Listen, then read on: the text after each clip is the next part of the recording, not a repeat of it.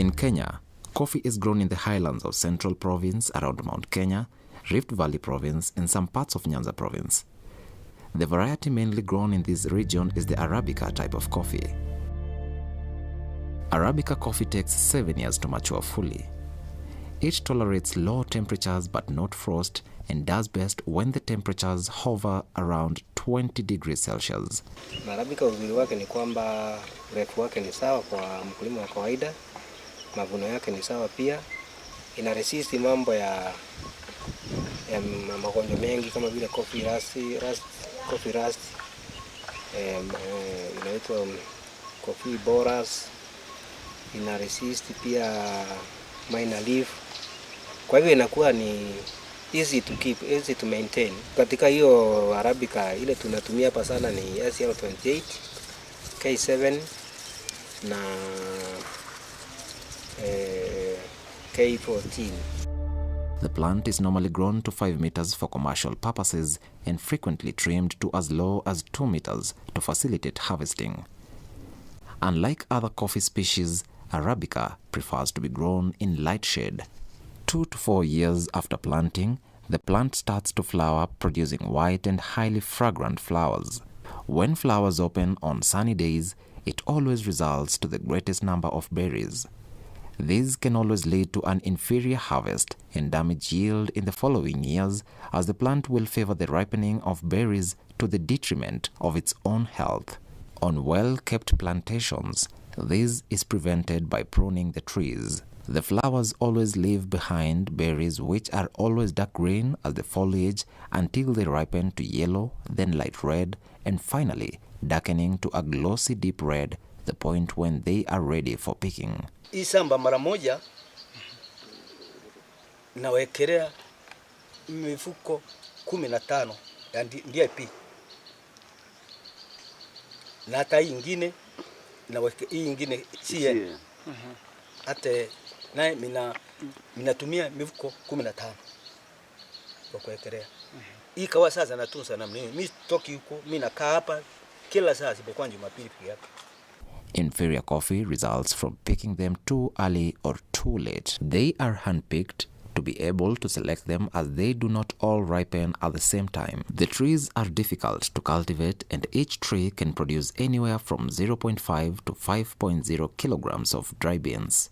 The coffee industry of Kenya is noted for its cooperative system of production, processing, milling, marketing and auctioning coffee. About 70% of Kenyan coffee is produced by small-scale farmers.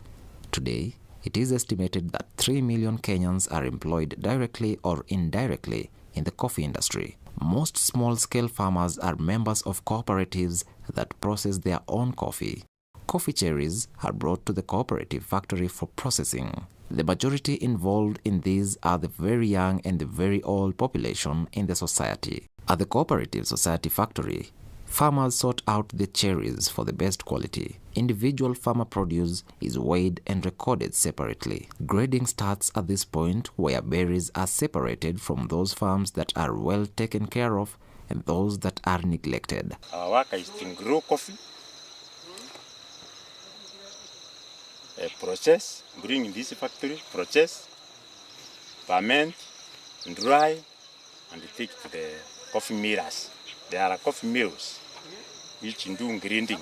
There is a Nairobi Coffee Exchange where buyers come and buy coffee.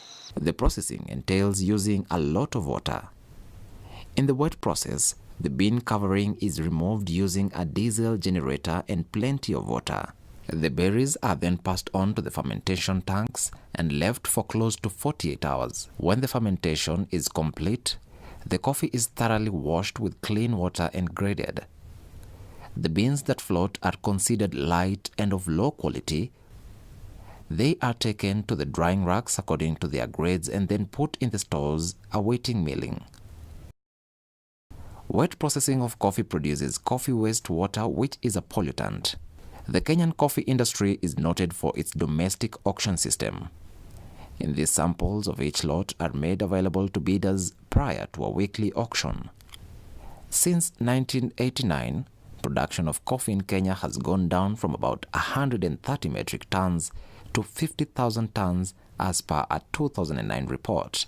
Decades of underinvestment, compounded by successive poor weather, are reducing Kenya's once mighty coffee industry to an irrelevance in world trade. In the coffee industry, there are challenges, so many challenges.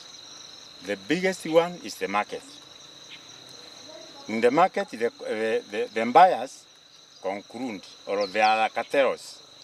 They put the price in an even price. The proceeds from the market are very low, in such a way that the proceeds to be paid to farmers goes very low. The farmers are never to buy palm input, NG fertilizers, chemicals, and so forth. That is why from late 1990s, the coffee product went down. The growers left coffee for other crops, which could earn them a better economy or more money than coffee. Century-old bushes have affected the productivity, and this is likely to continue until growers reinvest in higher-yielding coffee bushes. Other factors are mismanagement of cooperative societies, where farmers deliver the cherries, but after sales, the society doesn't pay them. This has prompted some farmers to uproot their coffee bushes and venture into banana farming and intercropping. Coffee is affected by a variety of diseases, and this always brings down the yield.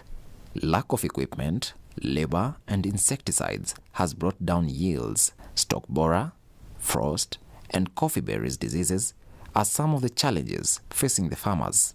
Beforehand, there were in the Ministry of Agriculture coffee extension officers who were coming, visiting farmers, advising them, teaching them, training them.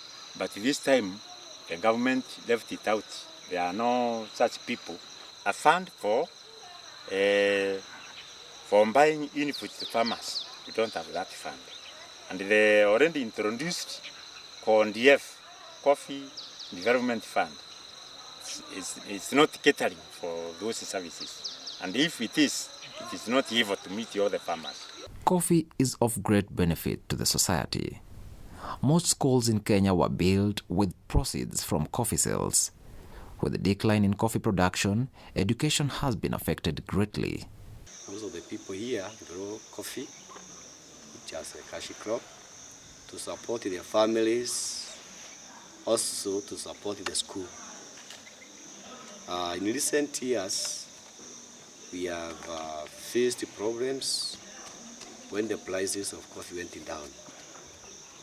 I remember during my time when I was in school, we had no problems with the payment of fees.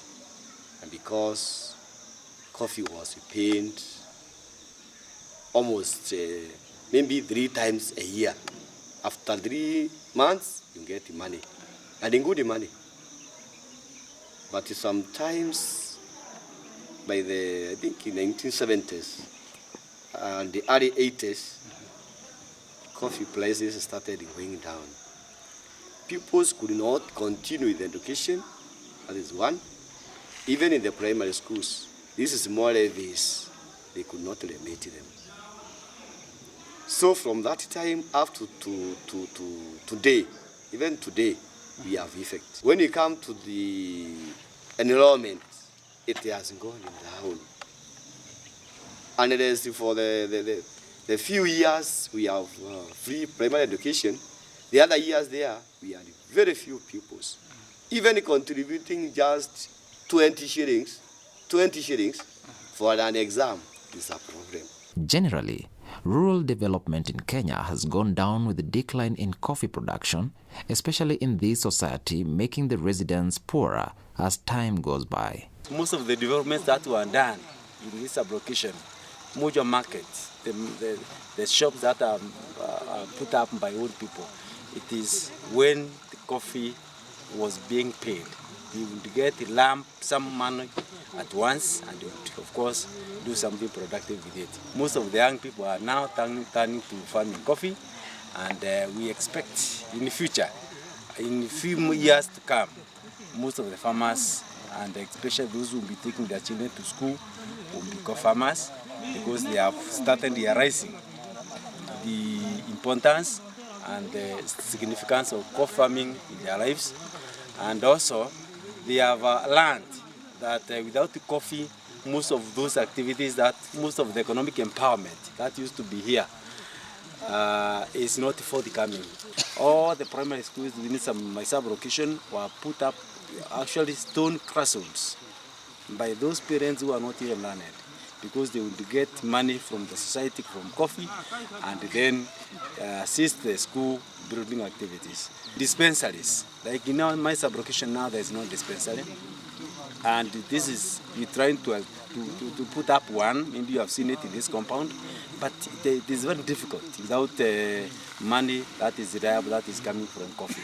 Drastic measures need to be taken by all stakeholders, government, and the private sector to save these dwindling beans. Africa Sustainable Agribusiness International, giving a hand up.